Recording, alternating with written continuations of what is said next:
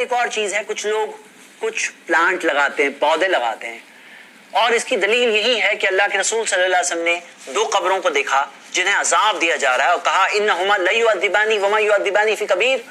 نبی صلی اللہ علیہ وسلم نے فرمایا یہ دونوں کو عذاب دیا جا رہا ہے ایک ایسی چیز کے لیے جس سے بچنا مشکل نہیں تھا۔ ان میں سے ایک پیشاب کی چھینٹوں سے اپنے آپ کو نہیں بچاتا تھا، دوسرا چگلیاں لے کر لوگوں کے بیچ میں جھگڑے لگاتا تھا۔ تو نبی صلی اللہ علیہ وسلم نے ایک کھجور کے درخت کی ٹہنی منگائی، اس کے دو حصے کیے بیچ میں سے اور دونوں قبروں پر لگایا، اور کہا کہ مجھے امید ہے کہ جب تک یہ ٹہنیاں سوکھ نہ جائے تب تک ان دونوں کا عذاب ہلکا کیا جائے گا۔ لیکن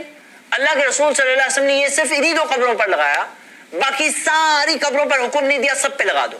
صحابہ اکرام اپنی قبروں پر ٹہنیاں وغیرہ نہیں لگایا کرتے تھے۔ اس سے کیا پتا چلتا ہے کہ یہ جو عمل ہے یہ خصوصی طور پر ایک سفارش تھی، ایک دعا تھی نبی صلی اللہ علیہ وسلم کی ان دو قبر والوں کے لیے، یہ خصوصی عمل تھا، وہ تو قبر والوں کے لیے، یہ ہر جگہ اور ہر مقام کے لیے نہیں ہے، کیونکہ اگر ہوتا تو صحابہ اکرام آپ سے اور مجھ سے تو بہت آگے ہوتے ہیں، ان کے قبرستان بھی ویسے ہی ہرے بھرے ہوتے ہیں جیسے ہمارے ہوتے ہیں۔ تو یہ چیز بھی حقیقت میں قرآن و حدیث میں نہیں ملتی، ہمارے یہاں یہ چیز عام ہے عمل میں، لیکن ہمیں صرف تحقیق کرنا چاہیے۔ میں آپ کے سامنے صرف اتنی ریکویسٹ رکھوں گا کہ آپ دیکھیے قرآن حدیث میں ہے یا نہیں ہے کہ صحابہ اکرام اس طرح سے اپنے قبرستان میں کیا کرتے تھے یا نہیں کرتے تھے۔